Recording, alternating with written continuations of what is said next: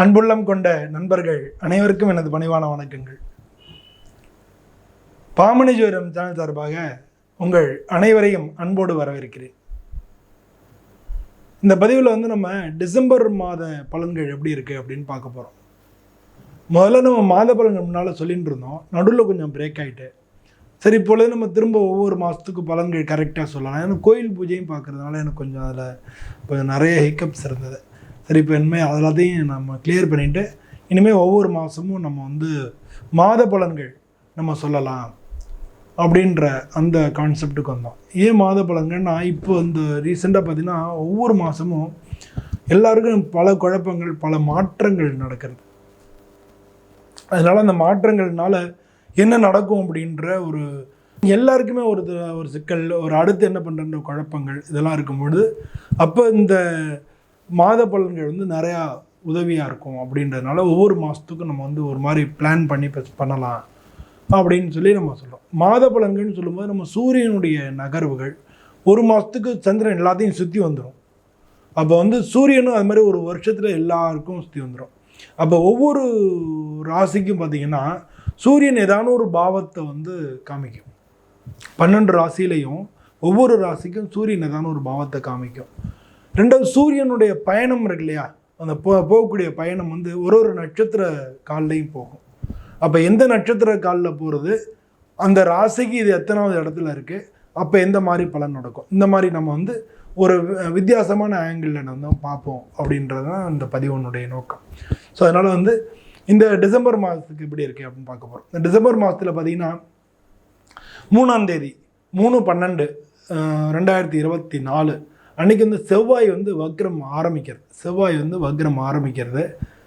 அதே 3/12 அன்னைக்கு சுக்கிரன் மகர ராசிக்கு பயிற்சி ஆகுது. மகர ராசிக்கு பயிற்சி ஆகுது. 4ஆம் தேதி அன்னைக்கு புதன் வக்ர நிவர்த்தி ஆகுது. ஒரு முக்கியமான விஷயம் என்னென்னா, அந்த செவ்வாய் வக்ரம் ஆரம்பம் இருக்கு, அந்த செவ்வாய் வீட்டில் தான் புதன் இருக்கு. அவர் 4ஆம் தேதி அன்னைக்கு புதன் வக்ர நிவர்த்தி ஆகுது. அது மாதிரி 16ஆம் தேதி அன்னைக்கு சூரியன் விருச்சிக ராசியிலேருந்து தனுர் ராசிக்கு போய்டுறது. சரி, இப்போ இதெல்லாம் இந்த மாதத்தில் நடக்கக்கூடிய கிரக சுழற்சியில் நடக்கக்கூடிய நிகழ்வுகள். இப்போ அதே மாதிரி இந்த சூரியன் பயணம் பார்த்திங்கன்னா இவர் 2ஆம் தேதி அன்னைக்கு கேட்ட நட்சத்திரத்துக்கு வந்துடுறார். சூரியன் 2ஆம் தேதி அன்னைக்கு கேட்டை அனுஷ நட்சத்திரம் கேட்டை நட்சத்திரத்துக்கு வந்துடுறாரு. இந்த கேட்டை நட்சத்திரத்திலேயே 15ஆம் தேதி வரைக்கும் பயணிக்கிறார். கேட்டை நட்சத்திரத்தில் 15ஆம் தேதி நைட்டு 16ஆம் தேதி காலையில் அந்த நேரத்தில் அவர் மூல நட்சத்திரத்தில் பயணிக்கிறார். அப்புறம் இந்த மாதம் 28ஆம் தேதி வரைக்கும் அந்த மூல நட்சத்திரம் தான். அப்புறம் மூல நட்சத்திரம் 28, 30, 31 இந்த 3 நாள் 28 வரைக்கும், 28 அன்னைக்கு பூராடம், 28, 30, 31 பூராட நட்சத்திரம் பயணிக்கிறார். அது சுக்கிரனுடைய நட்சத்திரம். ஸோ இது மாதிரி வச்சுட்டு நம்ம இந்த காலகட்டங்களில் எதெல்லாம் செஞ்சுக்கலாம், எதெல்லாம் நம்ம அவாய்ட் பண்ணலாம் இந்த காலகட்டங்களில் அப்படின்னு தான் ஒரு ராசிக்கும் நம்ம பார்க்க போகிறோம். வாங்க நம்ம அந்த பதிவில் போய் ஒரு ராசிக்கும் அப்படி இருக்குன்னு பார்ப்போம். அன்புள்ளம் கொண்ட ரிஷபராசி அன்பர்களே, இந்த ரிஷபராசியில் இருக்கக்கூடிய நட்சத்திரம் கிருத்திகை நட்சத்திரம் 2, 3, 4 பாதங்கள், ரோகிணி நட்சத்திரம், மிருகசீரிஷ நட்சத்திரம் 1, 2 பாதங்கள். இதெல்லாம் இந்த ரிஷபராசியில் இருக்குது. இந்த ரிஷபராசிக்கு அதிபதி சுக்கிரன். இந்த மாதத்தில் டிசம்பர் மாதத்தில் முதல்ல இந்த ரிஷபராசிக்காரங்களுக்கு இந்த ஏற்கனவே என்னென்னா ஜென்மகுரு வர வக்ரமாக இருக்கிறதுனால வேலை இழப்புகள் நிறையா பேருக்கு ஏற்பட்டிருக்கும். ஏன்னா அது மட்டும் இல்லாமல் உங்களுக்கு தொழில் ஸ்தானத்தில் சனிபகவான் வக்ரமாக இருந்தார். இப்போ தான் வக்ர நிவர்த்தி ஆகிருக்கு. அதாவது தொழில் ரீதியான மாற்றங்கள் நிறையா நடந்திருக்கும் கடந்த 1 மாதம் 1.5 மாதத்தில். ஸோ அதனால் இந்த மாதம் எப்படி இருக்குது, அந்த மாதிரி தொழில் ரீதியான மாற்றங்கள், வேலை இழப்புகள் இதெல்லாம் ஏற்பட்டிருக்கும். பொருளாதார ரீதியான பிரச்சனைகள், குடும்பத்துலேயும் ஒரு சில மன வருத்தங்கள், உடல்நிலை கோளாறுகள் இதெல்லாம் ஆல்ரெடி நடந்திருக்கும். நான் இப்போ நடக்கும்னு சொல்லலை, நீங்கள் அதை நல்லா புரிஞ்சுக்கணும். இது வரைக்கும் நடந்திருக்கும். இந்த மாதம் அது எப்படி இருக்கும் அப்படின்னு பார்க்க போகிறேன். ஏன்னா இந்த மாதம் சூரியனுடைய பயணத்தில் என்ன மாதிரி நடக்கும் அப்படின்னு பார்க்க போகிறேன். பொதுவாக இந்த 2ஆம் தேதியிலேருந்து சூரியன் கேட்டை நட்சத்திரம் புதனுடைய நட்சத்திரத்தில் இது பயணிக்கிறது. ஏற்கனவே புதன் வக்ரமாக இருந்தார். உங்களுக்கு 2, 5க்கு அதிபதி புதன் தான் டிரான்சாக்ஷனுக்கு அதிபதி. பணத்துக்கு இல்லை, டிரான்சாக்ஷனுக்கு. பணத்துக்கு காரணமான ஒரு குரு லக்னத்திலேயே வக்ரம்.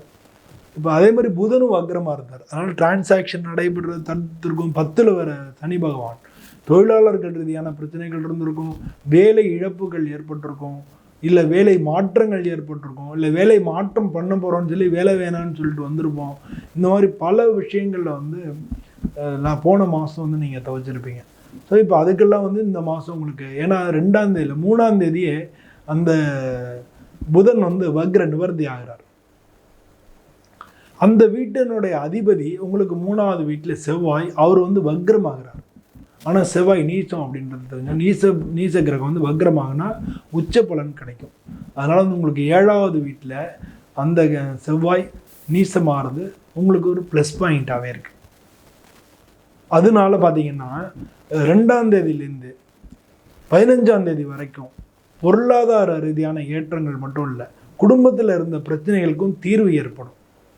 பொருளாதார ரீதியாக இன்னொருத்தர்கிட்டேருந்து, நம்மள்கிட்ட இல்லை ஒய்ஃப் சைட்லேருந்தோ, உங்களுக்கு தெரிஞ்ச நண்பர்கள் மூலமாகவோ உங்களுக்கு வந்து பொருளாதார ரீதியான ஒரு சில நீங்கள் அதை சரி பண்ணிக்கிறதுக்கு உண்டான வாய்ப்புகள் கிடைக்கும். வேலை பொறுத்தளவில் இதுக்கு அடுத்து நடக்கக்கூடிய 15ஆம் தேதிக்கு மேலே மூல நட்சத்திரத்துக்கு போயிடுது. உங்களுக்கு வந்து 8வது வீட்டுக்கு சூரியன் பெயர்றார். ஆனால் உங்களுக்கு 4வது வீட்டுக்கு அதிபதி. அதனால் உங்களுக்கு வேலை அப்படின்னு கிடைச்சாலும் இந்த 15 தேதிக்குள்ளே கிடைச்சாதான். இந்த 15 தேதிக்கு மேலே போயிட்டுனா, 15 தேதிக்கு மேலே ஆயிடுச்சுன்னா உங்களுக்கு 28ஆம் தேதி வரைக்கும் வேலை சம்பந்தமான விஷயங்களில் மீண்டும் வந்து கொஞ்சம் ஒரு தொய்வு தான் ஏற்படும். ஏன்னா 4வது வீட்டுக்கு அதிபதி அவர் 4வது வீட்டையும் பார்க்குறார். அதனால் அந்த காலகட்டங்கள்னா வீட்டில் நல்லா இருக்கும், வீட்டிலேருந்து கூட்டிகிட்டு வெளில போவீங்க, வீட்டில் நல்ல சந்தோஷமான நிகழ்ச்சிகள் நடக்கும், இதெல்லாம் நடக்கும். தொழில் பண்ணிட்டு இருந்தீங்கன்னா தொழிலுக்கு வேண்டியான முதல்லாம் முன்னாலே கிடச்சிருக்கும், அந்த 15 நாட்கள் கிடச்சிருக்கும். பாக்கி உள்ள 15 நாள் வந்து அதை வச்சே நம்ம ரெடி பண்ணிக்க முடியும். ஸோ பொதுவாக வந்து இந்த மாதத்தை பொறுத்தளவில் முதல் 15 நாள் உங்களுக்கு மிக நல்லா இருக்குது. அடுத்த ஒரு 15 நாள் நீங்கள் கொஞ்சம் ஜாக்கிரதையாக இருக்க வேண்டிய ஒரு கட்டாயமாக இருக்குது. ஆனால் வந்து பொருளாதார ரீதியாக முதல் 15 நாள் கிடைக்கிறத வச்சு பாக்கி நாட்கள் நம்ம சரி பண்ணிக்க முடியும். அதனால் வந்து இதில் பார்த்திங்கன்னா இதில் இருக்கக்கூடிய நட்சத்திரங்கள் வந்து கிருத்திகை நட்சத்திரத்துக்கு இந்த மாதிரி பொருளாதார ரீதியால் வீட்டில் வந்து ஒரு சில செலவினங்கள் இருக்கும். அம்மா வழியில் நீங்கள் வந்து உடல்நிலை கோளாறுகள் உண்டாகும், அதை நீங்கள் சரி பண்ண வேண்டியதாக இருக்கும். அதுக்கு அடுத்து இருக்கக்கூடிய ரோகிணி நட்சத்திரம், ரோகிணி நட்சத்திரத்துக்கோடைய அன்பர்களுக்கு வந்து அவங்களுக்கு வந்து பெரிய லெவலில் நம்ம பிரச்சனை அப்படின்னு சொல்ல முடியாது. ஆனால் மன சம்பந்தப்பட்ட பிரச்சனைகள் இருக்கும், வீட்டில் இருந்த கோளாறுகள், வீட்டில் அதாவது குடும்பத்தோடு இருந்த பிரச்சனைகள் அதெல்லாம் தீர்ந்து ஒரு முடிவுக்கு வரும். அது வந்து முக்கியமாக இந்த மாதத்தில் அது ஒரு நீங்கள் சந்தோஷப்பட வேண்டிய விஷயங்கள். இல்லை வீட்டுக்கு தேவையான ஃபர்னிச்சர்ஸு, வாகனம், ஏதானும் ஒன்று வீட்டில் வந்து நீங்கள் பொருள் வந்து ஏற்படும். இது வந்து ரோகிணி நட்சத்திரத்துக்கு. இதுக்கு அடுத்து இருக்கக்கூடிய மிருகசீரிஷ நட்சத்திரத்துக்கு தான் சூப்பராக இருக்கும். இந்த மாதம் ஃபுல்லாகவுமே ஓரளவு வந்து உங்களுக்கு எல்லாத்தையுமே தாண்டி நல்லாயிருக்கும். உங்களுக்கு வந்து எல்லாத்துக்குமே பொருளாதார ரீதியாக நல்லாயிருக்கும். உங்களுக்கு தேவையான வீடு சம்மந்தமாக விற்கணும், இல்லை வீடு வந்து ஏதாச்சும் வாங்கணும், விற்கணும்னு நினச்சாலும் சரி அதுக்கு ஆள் வந்துடுவாங்க, வாங்கணும்னு நினச்சாலும் சரி அதுக்கும் ஆள் வந்துடுவாங்க. இது யாருக்கு? மிருகசீரிஷ நட்சத்திரத்துக்கு. ஸோ மிருகசீரிஷ நட்சத்திரம் பொறுத்தளவில் அவங்களுக்கு நல்லா இருக்குது.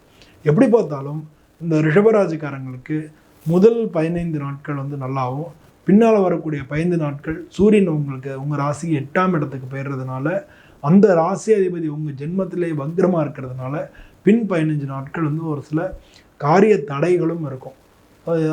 அந்த காலங்களில் நீங்கள் யாரோடன்னு போகும்போது ஜாக்கிரதையாக போங்க, யார்கிட்டையும் வாக்கு கொடுத்துடாதீங்க.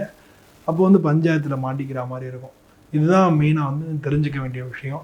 இந்த ரிஷபராசி அன்பர்கள் வந்து இந்த ராசிக்கு அதிபதி சுக்கிரன் அப்படின்றதுனால இந்த காலகட்டங்களில் நீங்கள் மகாலட்சுமியை வழிபடுறது நல்லது.